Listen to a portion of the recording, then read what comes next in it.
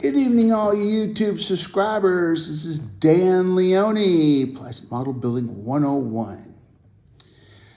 I just want to start off by saying Happy New Year. And I hope each and every one of you had a great holiday season. I hope you had some good Christmas gifts, maybe some good models for Christmas gifts. Add more kits to the stash. Who knows? Anyway, it's been a dreary day today. It's cloudy, it's wet, rainy, raw, nasty. And of course, right now we're in the dead of winter here in Houston. Well, I'm in spring, but anyway. But for those of you who live up north where there's 6 feet of snow on the ground and nowhere to go, where else are you going to spend the rest of your time? Trust me, I know. I went to military school in Missouri for 5 years, and I know that, especially during the dead of winter, there's just practically nothing to do, especially on the weekends. And that's if you didn't have any demerits to work off. But anyway, I like to talk about today's topic in Plastic Model Building 101. I like to talk about different kit comparisons. I went to a model show this past last weekend, and there were some good kits that I found. And anyway, some of them were very, very nostalgic to me. And the first kit I like to share with you is the Fujimi BF109 BF109 G2. Also, you can also make it into a K model as well too. This kit is an oldie but goodie. So let's take a look inside of it and let's see what's in the box. Well, I see the parts here. Take some look at some of the parts, and as you can see, it's good detail, recessed panel lines. So I gotta tell you this, it's very accurate. Most kits, older kits that were built in the 40s and, well, I wouldn't say the 40s, but like the 50s and 60s and also 70s, some of them, like the old monogram kits, they had raised panel lines. But this, with the recessed panel lines, this is really good. The surface detail is really good. And also they have like different options you can do, like if you want to put 20 millimeter gun cannons on the bottom of the wings. So this is a pretty good sized kit. Pretty good kit, 1/48 scale.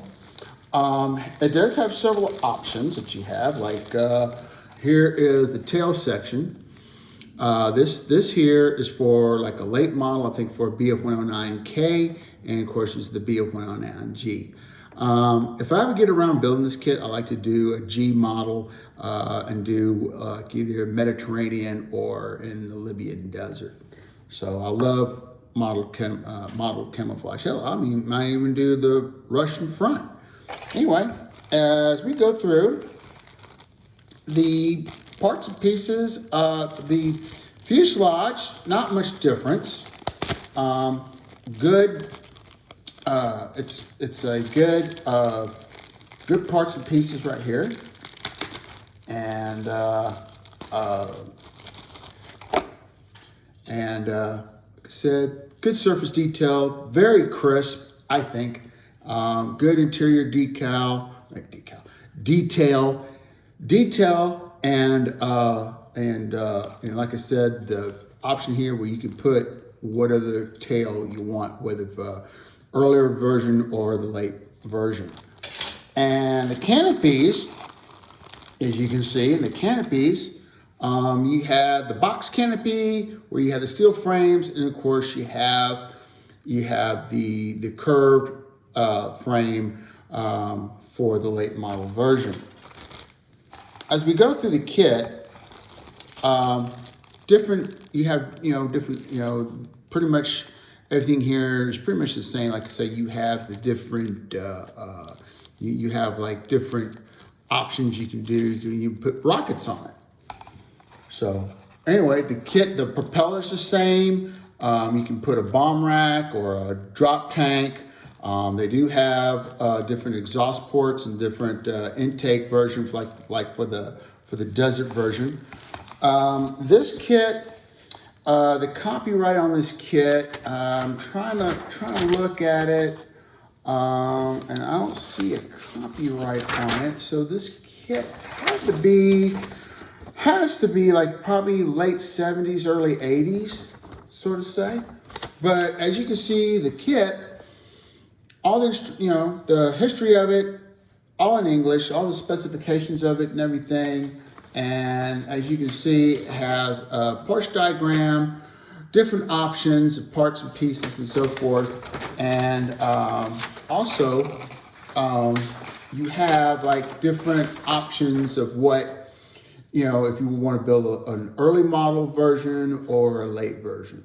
So, like I said, with this one right here, with the extended air filter, that's for like a desert version. The later version had the intake, but you also had different, I think that was for the turbocharger. I'm not too sure. So put it in the comments below what this was. But as you can see, also, as you can see here, different options of what you can have, like rockets, drop tank bomb, the later version of this right here, the tail. And of course you have all the different color schemes and so forth. Moving on. This is the different kits that Fujimi does build. They build 1/72 and 1/48 scale. So I built this kit in the past. It's a pretty good kit. It's a pretty good kit. Also the decals, well, the decals are still open. It looks like they're kind of held up. So we'll see if I do build this kit. Hopefully we can use some of these decals. It looks like these decals are in pretty good shape. And of course, right here, as you can see, all the options like a desert version, you have like probably like in the Russian front and so forth. Of course, you have the late model version where all the, when they were in Germany and so forth.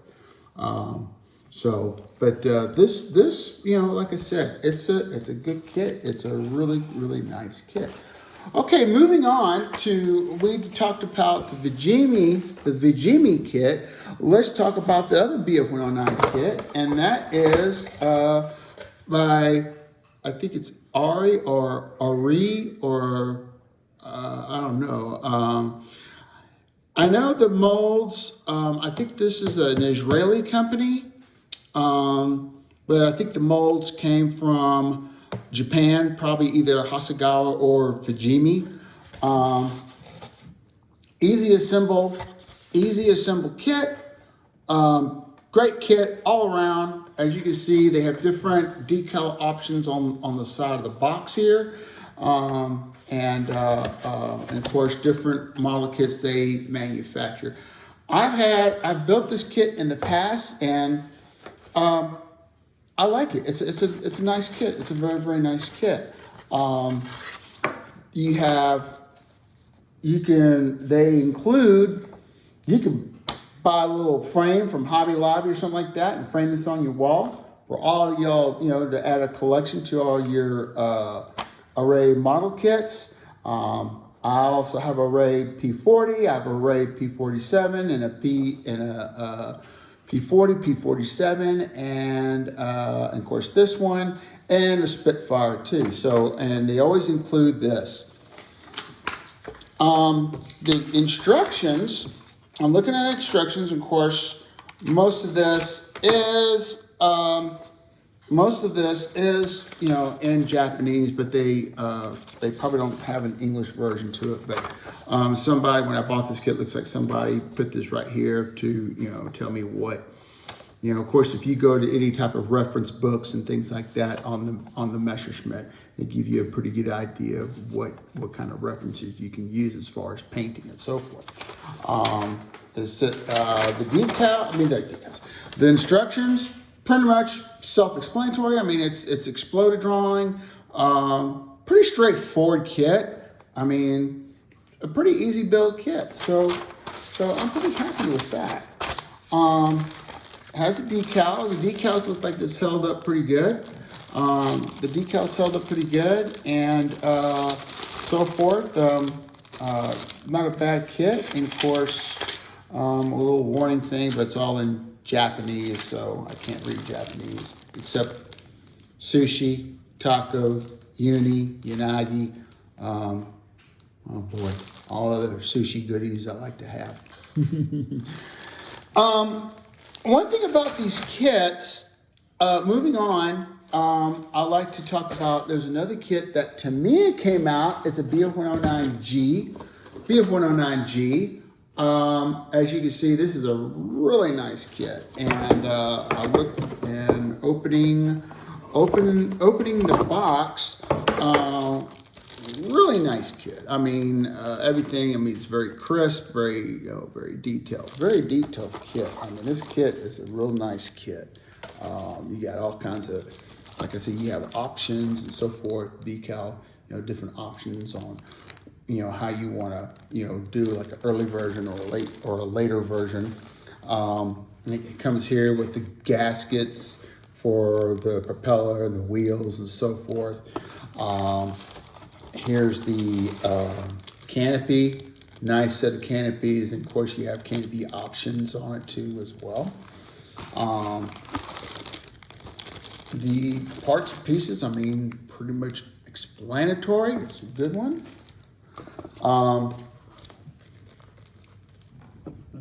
The main difference between the previous kits I just mentioned, they don't have canopy masks. They don't have canopy masks, but the decals are pretty good. I mean, like I say, you can get a lot of aftermarket kits. Also, it does not come, this kit nor the Fujimi or the Array kit come with, they don't come with photo etch or canopy mask. So, you have to, you're pretty much on your own on that one. You just go to your local hobby shop and it'll tell you what. Moving on, you also have different paint options, and this is really nice. I mean, this is a really nice, I mean, the spiral nose. I like that spiral nose. Man, you talk about hypnotize you. Jeez. Anyway, it's pretty good. It's a pretty good kit. You have, like I said, several paint options on it, and also most of these kits were, like I said, manufactured either in Europe or in Japan, where the Nazi swastika is outlawed. So you might have to fabricate one or get some aftermarket decals for this. Decal, I mean, the decals and the instructions and everything, pretty much, very detailed. And I cannot say, I mean, Tamiya kits, to me, they're really good. I mean, this is a really good kit. I mean, yes, there are some Tamiya kits out there whose parts can be a little, shall we say, a little fiddly. Of course, that's like that in every kit. Sometimes, you get some of all these fiddly parts that you have to, just play with them a little bit. Of course, with me with fat fingers, and some of you who have arthritis or fat fingers or whatever. I mean, sometimes it's kind of hard, so you always have to have tweezers and so forth. But basically, it's a really, really nice. I mean, the decals, and also the instructions are just very superb, I think. This is, like I said, very self-explanatory, and it does look like on this part right here, it does look, like if you want to have an open canopy version, or you can have a closed canopy version, either one. But basically, I mean, it's a very nice kit. Of course, you got a screen like desert version. You can do like photo etch or so forth. To have cut this off and just do a photo etch, but why adding more work for yourself? So, but anyway, but hey man, to each his own. I don't judge. So as you know, also you have canopy masks in this kit. I mean, it's a good kit. like I said, you have canopy mask right here. You have different, like I said, decal options and so forth in this kit. It's just, above all, it's a really, really nice kit. Really nice kit. So I can't really say anything too bad about Tamiya. So I'll put this back in the box here, and we're gonna move on to our other kit. All right, moving on. Eduard Profi-Pac F4F Wildcat.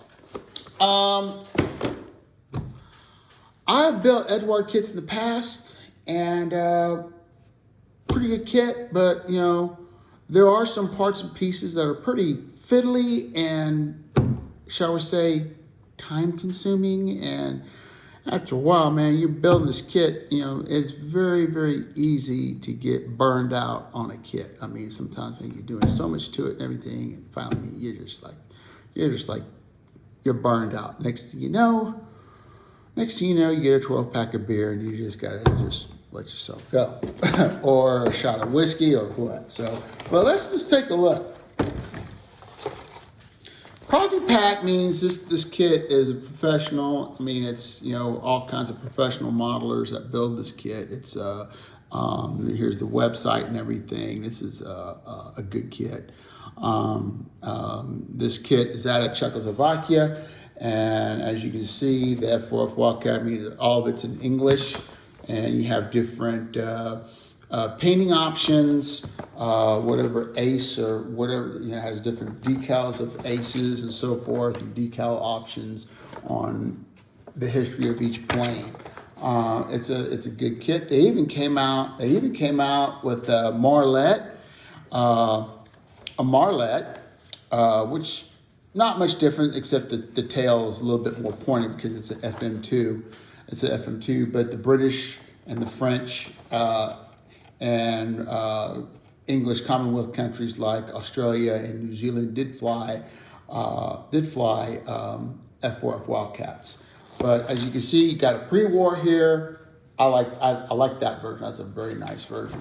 But all in all, this kit, it's pretty much, you know, it's very detailed, and like I said, in the kit, they do have like a part correction here, so you might want to just pay attention to that, because they do have different types, you know, sometimes they have corrections, whatever, so always be aware of what, they might have a page of what the correction for the kit as far as assembly wise.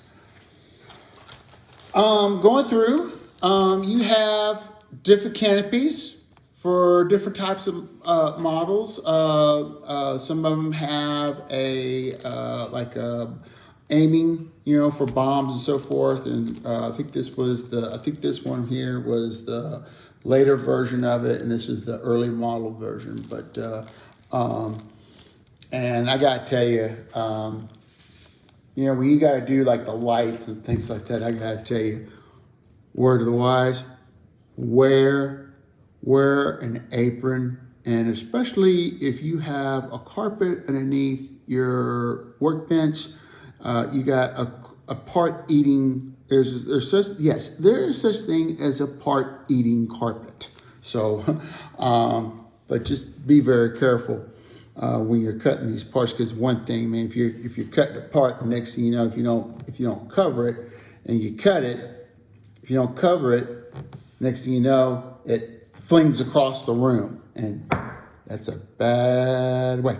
So, moving on, the parts on this thing is very detailed. I mean, the detail of it is just, I mean, it really stands out. It just really stands out. I don't know if you saw in my previous video, I did some paint pens from, I think it's Hataka, and I gotta tell you, it is a great. Those pens, especially when you wanna do interior decal and so, interior painting and all that, it's a really, those, you can't go wrong with that. Going through, the parts, I mean, very, very crisp. It says panel lines, rivets. They got rivets and so forth. Just got to be very careful when you sand. Yes, you can do away with some of the details. So always have a rivet scriber, a scriber or a little rivet pen. And of course, in this kit, you have different decals for different squadrons, for different versions, and so forth. The red crosses, basically earlier, the red crosses basically were for maneuvers when they would have different squadrons. This was like before the United States got into the war. They used to have like joint maneuvers and so forth. And of course, you have another set of decals for a later version of the Wildcat. You have canopy masks. You have canopy masks, and this is really good. And of course, just have a sharp hobby knife. And last but not least, you have photo etch, and have some super glue and so forth, and and then make it more realistic. So anyway, we will just put this back in the box. Be careful not to scratch anything, not to scratch the decals or anything. We'll put this back here. And moving on. All right. Tamiya, tomato, potato. Let's call the whole thing off. All right. Well, I have several of these. I've built several of these kits, and I gotta tell you, it's a great kit. Tamiya. I mean, one thing about a Tamiya kit, all you gotta do is just put the glue and the paints in there, shake the box, and presto, instant model. I mean, they really. I mean, Tamiya really does outstanding work as far as detail and so forth. Now, I've built this kit numerous times in the past. They just came out with the Marlette. No different. Only thing that's different is the decals. They have the Fleet Air Arm and so forth. So, but we'll just go ahead and look at this kit. The Marlette, the desert when they used them in the desert, they had the non-folding wings. This one does. Of course, the other kit does have folding wings as well too. But I mean, as you can see in the canopy and so forth, and the black bearings for the propeller and so forth. I mean, not much. I mean, you just have two sprues, and that's it. The decals, the instructions are not and everything. I mean, you look back at it. I mean, self-explanatory. I mean, great explosive. I mean, you just can't go wrong with that. And the thing is, with this kit, you have only two sprues. That's all you have, 2 sprues. Unlike the Eduard kit, you have 4 sets of sprues, four sets of sprues. And I gotta tell you, 4 sets, I mean, you're just like, you go through like, what I don't like about that is, like if there's another part on the instructions and it's on another sprue, you gotta go through the other sprue to find that part, especially a small part like a control stick or an instrument panel, and it's on another sprue. You're going through, unlike Tamiya, everything is like for the fuselage and for the cockpit, it's all right here. For the wing, all right here. Unlike this, man, I mean, look. I mean, that's my critic about it. And not only that, but sometimes they do have the parts numbered, and they have it in the parts map, but sometimes in the parts map, you have to you gotta look real closely on the part number. Make sure you're cutting out the right number, because if not, it just throws everything out of whack. So it just throws everything out of whack, and man, it's just unbelievable, unfreaking believable. Here, I'll put this right here. And I got my cat over here, Boudreaux. He's just trying. He wants to be in the picture, but I'm not letting him, because I know he's going to want to be batting around with all these parts and pieces. Thinks they're cat toys, and they're not. Sorry, Boudreaux, they're not cat toys, buddy. Okay, moving on. Last but not least, ta-da! Hobby Boss F4F4 Wildcat. I gotta tell you, with this kit, looking at the instructions, not a whole lot. I mean, it's pretty much all, explanatory to me right here. I mean, it's not, like in some manual, some instructions, you got, it's like a book, like a maintenance manual. And, after a while, you just get burned out. Here's a painting option. You have different painting, decal options. Late in the war, you got the tricolor scheme, and of course, you got the blue scheme. And of course, and as always, you can always put this in British markings and so forth. So, anyway, as you can see in this one has, like I said, two sets of sprues, and the wings come separate. This separate. And like I said, the drawback of this is, unlike Tamiya, you have everything that needs to go inside, like in the cockpit, on one sprue. Unlike Eduard, you got to go through different sprues, and look for the part. You got to get, even though you got glasses on, you got to get a magnifying glass, and oh boy, you talk about make it cross-eyed. Jeez. But you got decals here. Unfortunately, this kit, the Hobby Boss does not come with photo etch or canopy mask, so you would have to go to your local hobby shop or order online for your photo etch and your canopy mask and so forth.